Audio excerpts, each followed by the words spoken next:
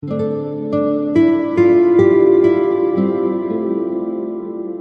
voix des mots. Une fenêtre ouverte sur la beauté. Dans la bibliothèque sonore de Voix de Paris. Une collection précieuse d'histoires et de livres audio. Radio Voix de Paris.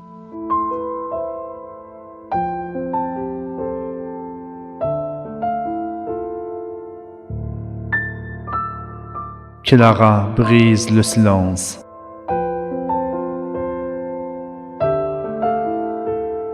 La deuxième séance, d'autres visages de la douleur.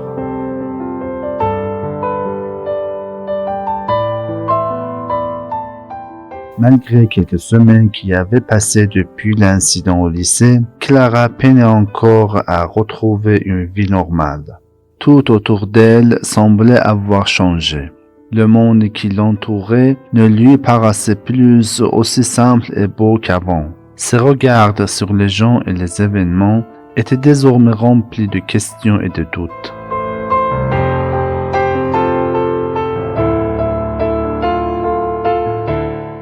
Un après-midi, en rentrant de l'école, Clara décida de changer de chemin. Les rues étaient animées, bondées de passants pressés. Elle marchait lentement, observant la foule autour d'elle. Pourtant, elle ne pouvait ignorer le regard insistant des hommes qu'elle croisait.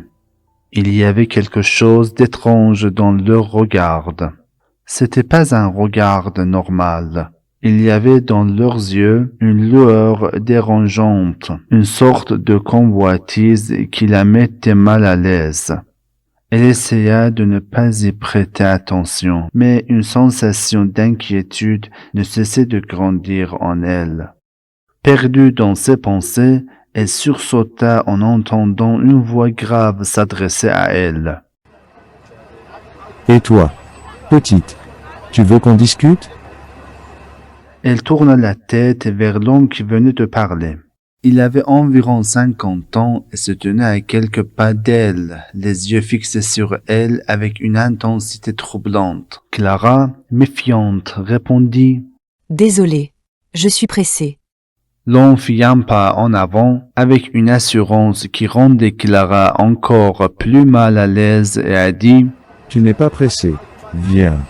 On va juste discuter une minute. » Son sourire semblait calme, mais Clara percevait dans son attitude quelque chose de sombre et de menaçant.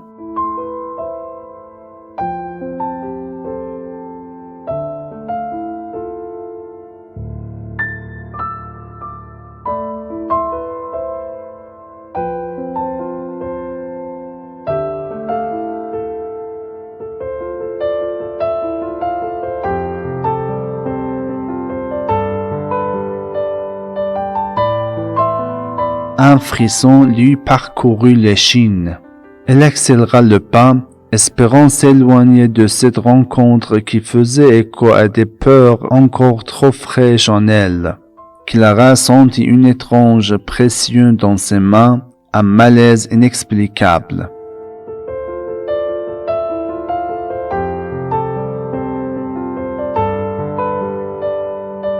Quelque chose dans l'attitude de cet homme avait déclenché une peur instinctive en elle.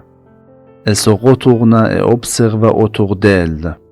Elle n'était pas seule. À quelques mètres de là, plusieurs jeunes filles se tenaient à divers endroits du trottoir. Certaines près d'un café, d'autres adossées à des murs.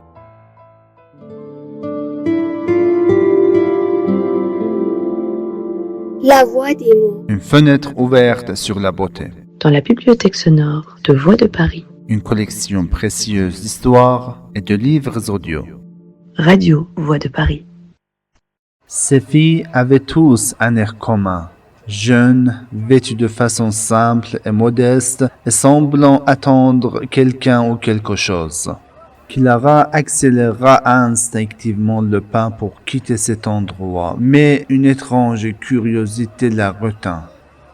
À distance, son regard se posa sur l'une des filles. Elle était en train de parler à un homme d'âge mûr. Clara observa la scène. L'homme plongea la main dans sa poche et en sortit un billet. La jeune fille tendit la main et accepta l'argent.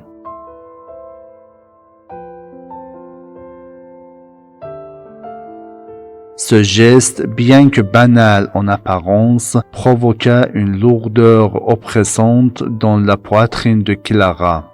Ses membres se glacèrent.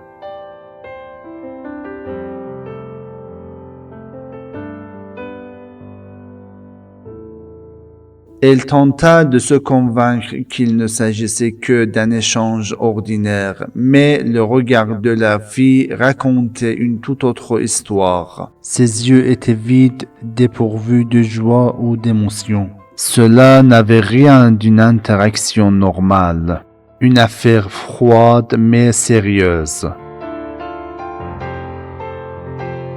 Clara recula légèrement, troublée. Des questions envahissant son esprit. Pourquoi une fille ferait-elle cela? Qu'est-ce qui pourrait la pousser à une telle situation? Perdue dans ses pensées, elle remarqua pas d'autres jeunes filles, visiblement du même âge, qui avançaient rapidement vers elle. L'inconnu, d'un pas pressé, l'interpella sans préambule. « Et toi, qu'est-ce que tu fais là ?» Clara, étonnée, fixa la jeune fille avant de répondre timidement. Pardon? La fille fronça légèrement les sourcils, semblant analyser Clara. Puis, après une pause, elle demanda d'un ton plus direct. « Je comprends pas. Toi, ici, pourquoi ?» La fille poussa un profond soupir, comme si elle portait un lourd fardeau, avant de répéter. « Tu réfléchis comme moi, n'est-ce pas? Ici, tout le monde est pareil. » Clara, confuse, hocha légèrement la tête. « Pareil? Qu'est-ce que tu veux dire? » La fille répondit avec indifférence. « C'est simple. Pour certaines d'entre nous, c'est le seul moyen. L'argent, c'est tout ce qui compte. Et parfois, il n'y a pas d'autre choix. Si tu veux survivre, tu dois profiter de ce que tu as et ce que les autres veulent. »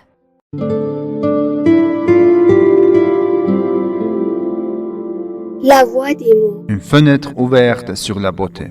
Dans la bibliothèque sonore de Voix de Paris. Une collection précieuse d'histoires et de livres audio.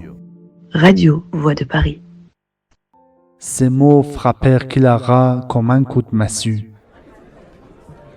Elle resta silencieuse, incapable de trouver de réponse.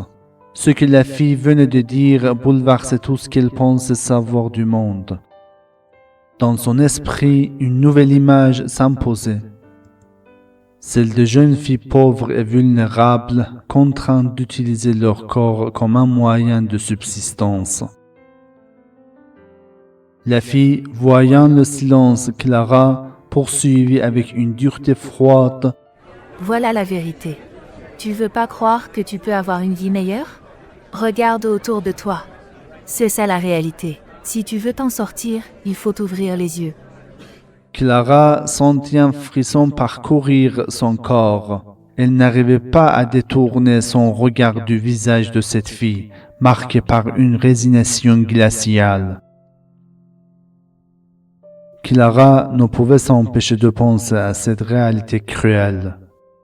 Comment est-il possible que notre société soit aussi impitoyable? Pourquoi des filles si jeunes sont-elles poussées à une telle vie?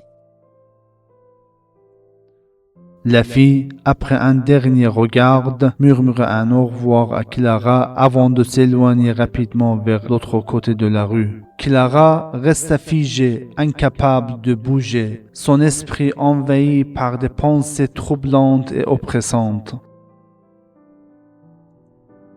Elle regarda autour d'elle, tout semblait soudain différent.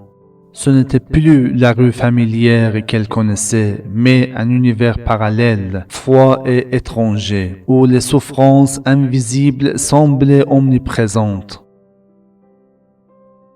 Sur le chemin du retour, chaque pas de Clara était accompagné de tourbillons d'idées.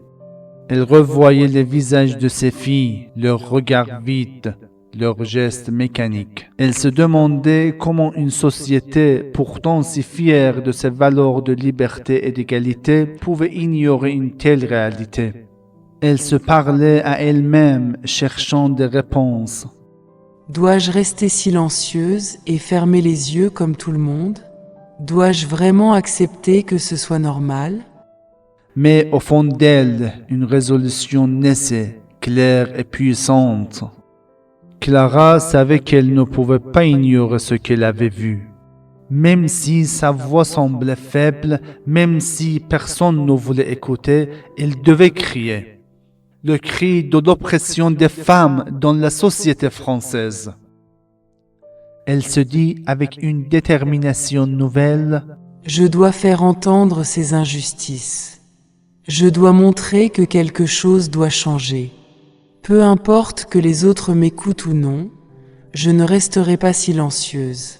Ce soir-là, en rentrant chez elle, Clara sentit pour la première fois que sa peur se transformait en une force discrète mais inébranlable. Une force qui, elle le savait, allait guider chacun de ses choix à venir.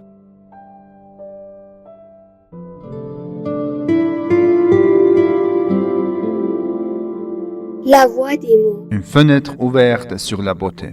Dans la bibliothèque sonore de Voix de Paris. Une collection précieuse d'histoires et de livres audio. Radio Voix de Paris.